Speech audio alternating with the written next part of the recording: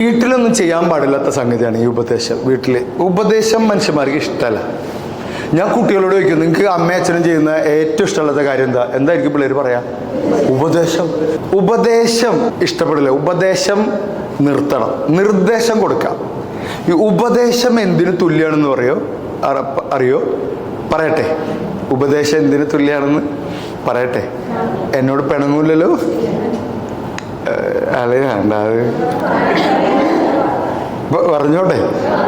ഞാൻ അതിന് ശേഷം എന്നെ നോക്കുമ്പോൾ പറയട്ടെ. എന്നാ പറയാണേ. അതായത് നമ്മുടെ ഈ ഉരുളക്കിഴങ്ങ്, പരിപ്പ്, ചക്കക്കുരു ഇതൊക്കെ കഴിച്ചാൽ നമ്മുടെ വീട്ടിൽ പതിവില്ലാത്ത പല ശബ്ദങ്ങളും കേൾക്കും.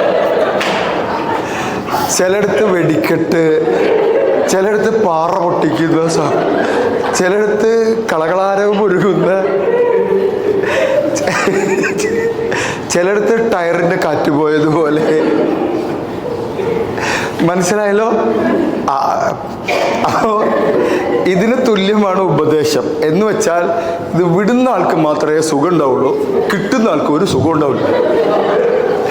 ആരെങ്കിലും ഒരാള് ഒരു സദസ്സിൽ ഇതായിട്ട് വിട്ടപ്പോൾ മറ്റുള്ളവർ ഞാൻ കാത്തിരിക്കായിരുന്നു, ഇതുപോലത്തെ ഒരെണ്ണം കൂടി ഉണ്ടോ എടുക്കാൻ?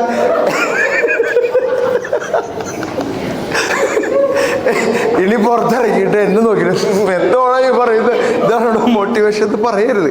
സംഭവം നിങ്ങളുടെ മനസ്സിൽ കയറിയോ? ഇനി നമ്മുടെ വീട്ടിലൊക്കെ അല്ലെങ്കിൽ വേണ്ട, അത് വിട്ടേക്കാം. ഇതുപോലെ നിർദ്ദേശങ്ങൾ കൊടുക്കാം. അല്ലെങ്കിലും ഒരു 30 സെക്കൻഡിൽ കൂടുതൽ ഒരാളെയും ഈ ഉപദേശിക്കാനോ നിർദ്ദേശിക്കാനോ പോരുത്. ഞാൻ കൊടുക്കാറില്ല, ഞാൻ ചെയ്യാറില്ല. ആളുകൾ ആവശ്യപ്പെട്ട് വരുമ്പോൾ ഞാൻ നിർദ്ദേശങ്ങൾ കൊടുക്കും. ഉപദേശത്തിലെ പ്രശ്നം ഞാൻ ശരിയും താൻ തെറ്റുമാണ്.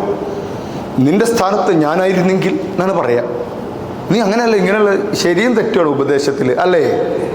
ഉപദേശം അല്ല ആൾക്കാർക്ക് വേണ്ടി. ഞാനിപ്പോൾ ക്ലാസ് എടുത്തത് ഉപദേശമാണ്, പക്ഷെ തന്ത്രപരമായി ഞാൻ ഉപദേശിച്ചിട്ടുണ്ട്.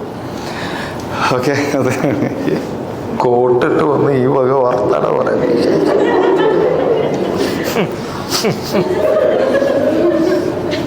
വാക്ക് പാലിക്കുന്ന രക്ഷിതാവുക എന്നുള്ളത് വലിയ കാര്യമാണ്. എൻ്റെ മോന് ചെറുപ്പത്തിൽ എനിക്ക് സ്ഥിരമുള്ള പരിപാടിയായിരുന്നു. ഈ ഗുരുവായൂരിലേക്ക് ഞാൻ ക്ലാസ് കഴിഞ്ഞ് വന്നു കഴിഞ്ഞാൽ സ്കൂട്ടർ എടുത്തിട്ട് നേരെ ഗുരുവായൂരിലേക്ക് പോകും.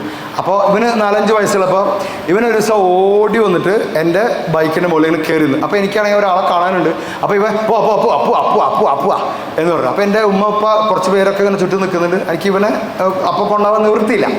അതേ സമയത്ത് അടുക്കളയുടെ അപ്പുറത്ത് നിന്ന് ഭാര്യ പറഞ്ഞു സോപ്പ് പൊടി വാങ്ങിക്കണം എന്ന് പറഞ്ഞു. അപ്പോൾ തൊട്ടടുത്ത കടയുണ്ട് സോപ്പ് പൊടി. അപ്പോൾ ഞാൻ മോനോട് പറഞ്ഞു, മോനേടാ നീ ഒരു കാര്യം, നീ സോപ്പ് പൊടി വാങ്ങിച്ചിട്ട് പോയോ, നമുക്ക് ഒരുമിച്ച് വന്നു പറഞ്ഞു. അപ്പോൾ ഇവൻ ടക്കെന്ന് വാങ്ങിച്ചിട്ട് ഒന്ന് വണ്ട് പോണ പോലെ പോയിണ്ട് വന്നു, സോപ്പ് പൊടി തന്നു. ഞാൻ പറഞ്ഞു ഉമ്മച്ചിക്ക് കൊണ്ടു കൊടുക്കും. അപ്പോൾ ഉമ്മച്ചി അപ്പുറത്താണ്. അപ്പോൾ എല്ലാവരും പറഞ്ഞു മോൻ കൊടുത്തിട്ട് പോയോ. അപ്പോൾ എൻ്റെ ഇവരൊക്കെ ചുറ്റുപാടുള്ളവർ പറഞ്ഞു ഇവൻ അങ്ങോട്ട് പോകുമ്പോൾ നീ പൊക്കോ എന്ന് പറഞ്ഞു. അപ്പോൾ എനിക്ക് നല്ല ഓർമ്മയുണ്ട് ഇപ്പോഴും. അവനിങ്ങനെ വണ്ടിയിൽ നിന്ന് ഇറങ്ങി, വണ്ടിയുടെ കയറി നിന്നു സാധനം മേടിച്ചിരുന്നിട്ട് വണ്ടിയിൽ നിന്ന് ഇറങ്ങിയിട്ട് അവൻ എൻ്റെ അടുത്ത് പറഞ്ഞു പോവല്ലേ. ഞാൻ പറഞ്ഞു പോവില്ല. എന്നിട്ട് അവൻ 2 സ്റ്റെപ്പ് ഇങ്ങനെ വെച്ചിട്ട് ഉപ്പച്ചി പോവല്ലേ. ഞാൻ പറഞ്ഞു പോവില്ലടാ.